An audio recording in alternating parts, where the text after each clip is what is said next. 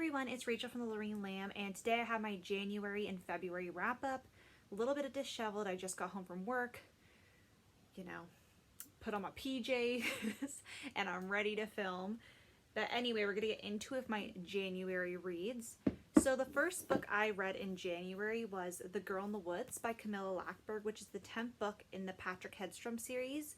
I read the other 9 books last year, and this one was, I can't remember if I started at the beginning of January or started at the end of December and it carried through into January. I also found out that this book series isn't necessarily finished. I believe the author's going to be writing another book at least. So I'm happy about that. I hope that is true. I believe I read that somewhere, or this book didn't finish in a closed manner where I thought it was the last book in the series. I could be wrong. If you know any news, let me know.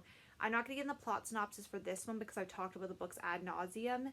But if you want to know more about the synopsis of the series in general, check out my wrap up for September to December, and I go over that because I do discuss the books. I don't discuss books 2 to 9 in very much detail just because, if you know the gist of the series, but definitely the first one and the gist of the series is in that video. The next book I read was Stranger on the Beach by Michelle Campbell, and I really enjoyed this one. So this one is basically about a girl named Caroline. And basically this beach house that she has was supposed to be like her crowning moment. It's the biggest thing that she's ever done. She wanted to showcase like her perfect home, her perfect family. But after a very public fight with her husband, she realizes things may not be as perfect as they seem. Her husband is lying to her and the money is disappearing. And then comes a stranger on the beach outside her home. So basically, as her marriage and her carefully constructed lifestyle begin to collapse around her, she turns to Aiden, the stranger, who was on the beach, for comfort and revenge. After a brief and desperate fling that means nothing to Caroline, everything to him, Aiden's infatuation with Caroline, her family, and her house becomes more and more destructive. But the biggest questions with this book is who is manipulating who, and in this deadly game, and who will take the blame when someone ends up dead, and what is Caroline hiding? So this book was really interesting. It was actually told in dual perspectives. So you got Aiden's perspective and Caroline's perspective. And through the whole book, you're trying to decide which narrator is telling you the truth, which narrator is being more accurate. And it's just a really good book. I really enjoyed this one from Michelle Campbell. So far, she is not disappointed. And the viewpoints I have to say in this book do stand out. I can differentiate between who is speaking and who is, whose voice is there. I feel like sometimes that's hard for me to differentiate. This book I was able to differentiate between the two, so I like that.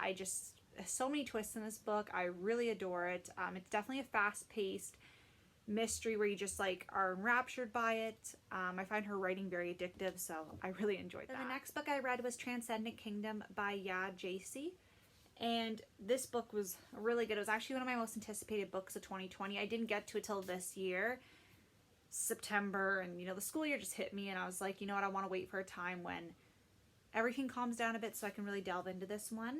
So this book is basically about a girl named Gifty, and she is a 6th-year PhD candidate in neuroscience at the Stanford University School of Medicine. And basically throughout the book you hear about her experiments and what she's doing, and then it goes back in time and you see how her family was. So you see about her brother, Nana. I think that's how you pronounce his name. It's Nana, so I'm assuming it's Nana. And you see basically kind of how life circumstances have changed Gifty, what happened to her mom, because her mom from the beginning of the book. There's something that has happened to her that's made her different than the mom that Gifty used to know. And you find out about her brother and her family life, and it moves between Gifty's present day when she's working on her neuroscience project for her PhD. I feel like the same project, put it very lightly. And then you also hear about her past, and you can kind of see how that's molded her, and it's just a lot of lessons were in this book. I feel like you can learn about how you're shaped by your experiences.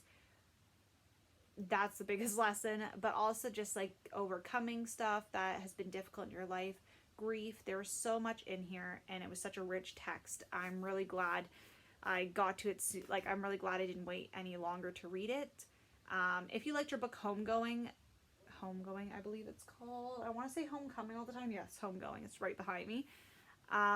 If you like that one, I'm sure you'll like this one. They are very different, but it's the same writing style, and just the same good story, like not the same story, but you know what I mean, just same good storytelling. Then the next book I read was Star Wars from a Certain Point of View, and this is an anthology of 40 stories celebrating 40 years of Star Wars, and all the authors are along the sides here. This anthology I started, I believe, in 2018, and I'm not the best with anthologies because I don't read them as like my main book. Like I read them as kind of like my side book in between my main book or in between chapters. So I kind of just put it down. I think I was off to school and I brought it with me up to school, but I didn't pick it up at school. So I finished the last, I think, 300 pages of this anthology because it's like 400 something. I think it was only 100 something pages through.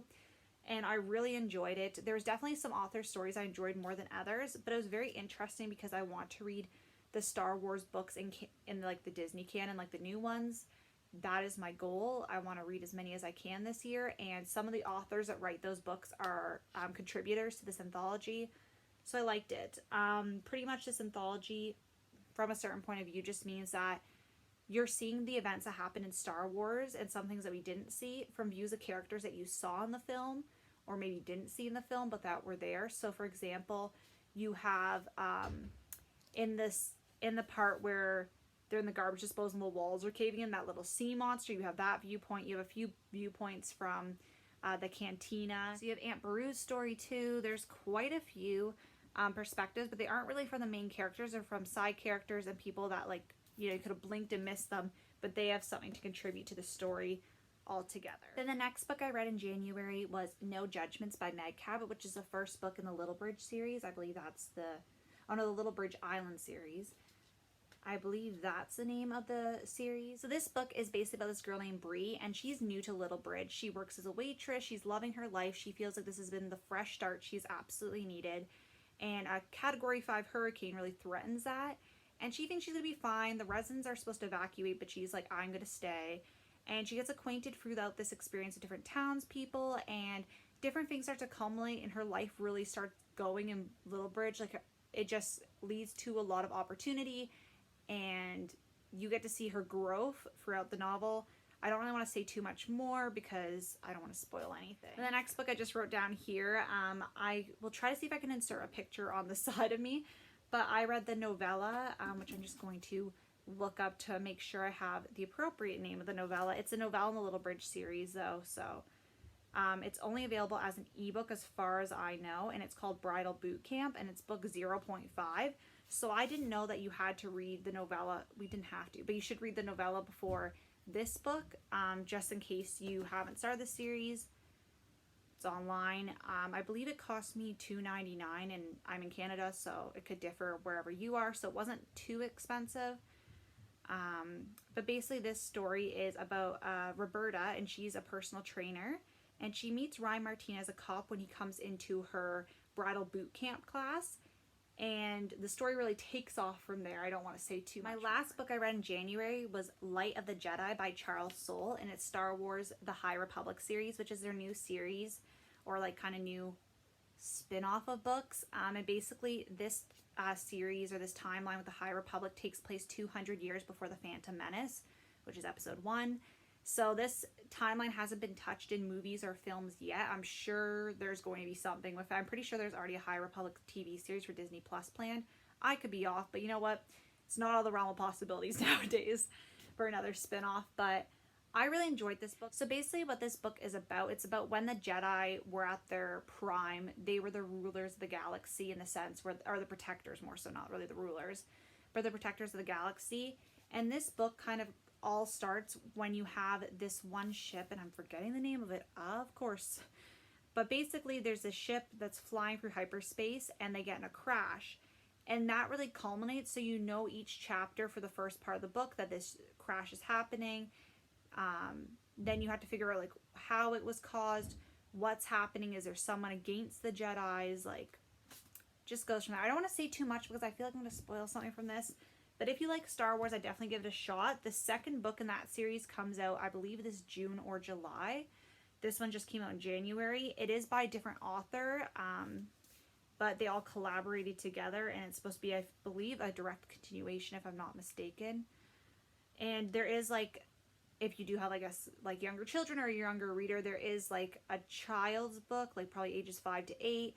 There's not young adult, what are they called, like a preteen read, a young reader read. There's teen book series and an adult book series, and there's manga and comics and lots of stuff. So there's a lot of material if you really get into it. I'm just personally sticking to, when it comes to High Republic, the YA series and the adult series. So that's kind of my lane I'm sticking to. I wish I could explore everything, but I just feel like there's too much, and I have, so much more to read of Star Wars material, so I'm just going to stick with those two for right now. So now into my February reads. The first book I read in February was No Offense by Meg Cabot, which is the second book in the Little Bridge series.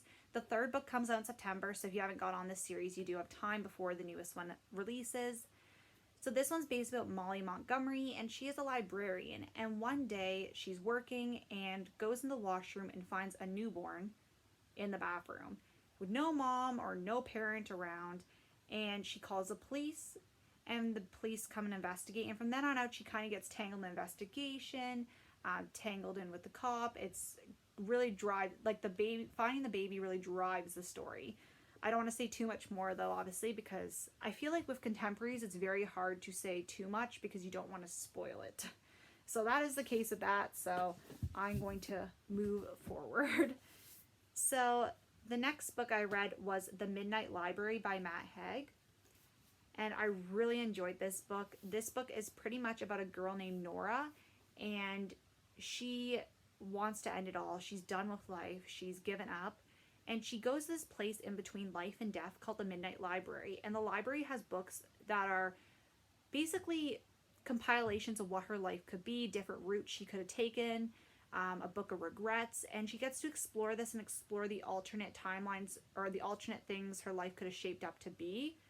And that's kind of the driving force of this book. It's Nora really exploring, did she make the right choices? Does she still have regrets? What would her life have looked like if she chose a different path? And I just found this book to be very reflective. It's very emotional. Like I really got emotional here. I was just like, that book made me cry. I was also going through something, which made me also cry because I was like, oh my God, sometimes I just get really emotional because I'm like, you're hurting and I just want to hug you. And I can't tell you everything's gonna be all right because I don't know if everything's gonna be all right. And yeah, but I really enjoyed that. Now, one of my favorite books I've read this year, and I didn't get to it as fast as I wanted to. I wanted to get to it last December, and that is Love Your Life by Sophie Kinsella, which I absolutely adore so much. I just think this is one of my new favorites from her. I honestly want to reread it. It was so good. Oh my gosh. I am really happy I decided to read it at the beginning of the year and it didn't just sit in the pile, because I did plan on reading it over my winter break in December before Christmas time, but that didn't happen.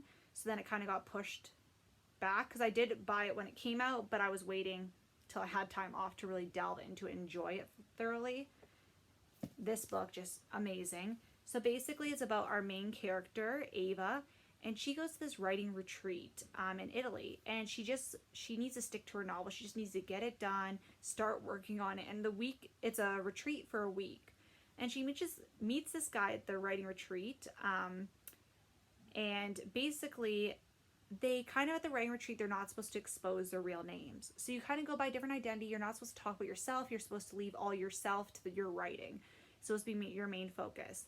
So of course, Ava meets a dude, and they don't know very much about each other, but they just know they want to be together.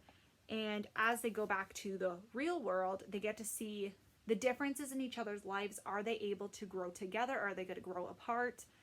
Not only did this book feature, obviously I really liked the romantic aspects, but it featured amazing side characters, really good friendships, really good girl friendships I found too, which I feel like having a group of girls in a book, they were all different, but you could tell they all loved each other. I just love that. There was representation for people with disabilities, her friend had, I'm forgetting it right now. Well, I don't know why I'm forgetting it. But her friend had a representation for invisible disabilities, and discussing the fact that if you can't see something, it doesn't mean it's not there. The person's lying. It's invisible, which I enjoyed.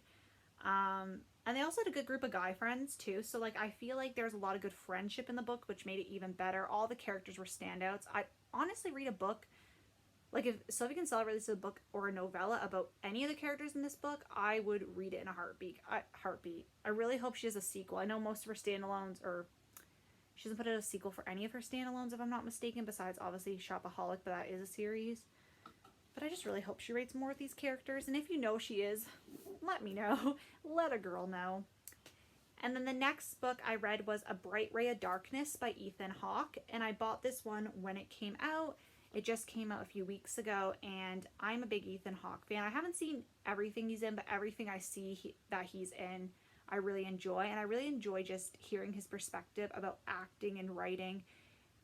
And I think it's just really inspiring. It's kind of like I love seeing people who are so passionate about their careers speak, because it makes me feel more passionate about my own life and my own career. It really motivates me, and it's very refreshing to see somebody so passionate and so happy, because I feel like we can all get in those times where it's like, oh, this is horrible about my job, which I'm guilty of doing too. So obviously I was going to pick this one up. I also love his book, The Hottest State. It's one of my favorites. This book, unfortunately, was not one of my favorites. I wouldn't put it on my favorite shelf, but I am glad I read it. Basically, this book is about our lead character who's kind of done some regrettable things while he was on his last location for a movie. And now he's starring in a Broadway play of Henry IV. And it would have probably helped if I'd read Henry IV. I've never read that play before. I didn't have to read it in high school or for any required reading for, my time even post-secondary so far. So I haven't read that play at all. I know a bit about that situation, or I know a bit about the play, but not really that much. So I probably, if I read the play and then read this, maybe some of it would make more sense and parallel a bit more for me. But basically he's starring in the play, and you just see his life is kind of falling apart, but he has to be professional and the show must go on. So you see this character in torment. His marriage is falling apart. He has his children, and he's trying to do the best in his career. And it's just kind of, you follow him throughout the play's initial rehearsals all the way to the final curtain. We're getting down to the end here. So the next book I read was How to Bake by Eugenia Cheng. And this book was a carry through. I believe I started it last October or November. Maybe it was November. And this book is basically an edible exploration of the mathematics of mathematics. So it kind of relates mathematics to things we see in everyday life and foods.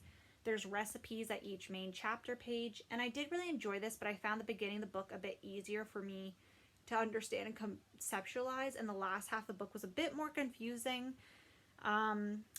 which obviously it would be. I'm looking at it more from a standpoint of, how can I incorporate some of these notions into a lesson, how math is applicable to real life.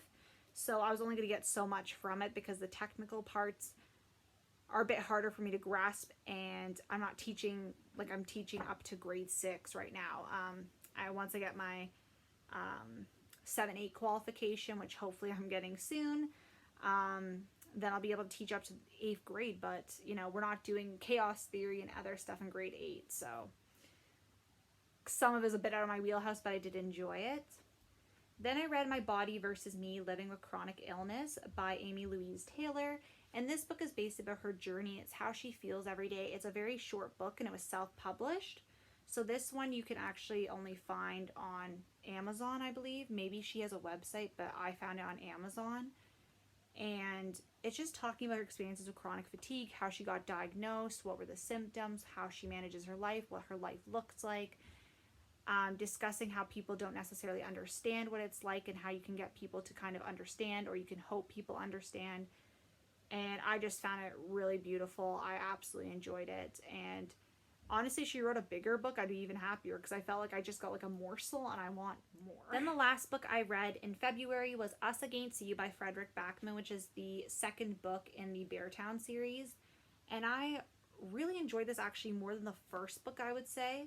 I'm not going to really tell you the plot synopsis of this book because it is a sequel, but the first book is basically about a team, our hockey team, and they live in a place called Beartown. So they're the Beartown hockey team. And you see the politics not only on the ice, but off the ice, more so even off the ice. And you have, you follow the general manager, his wife, his daughter, his son. You follow then Amat, who's another player, his family, Bobo, his family, Kevin, Benji. There's so many characters you follow, and you get little chunks and perspectives.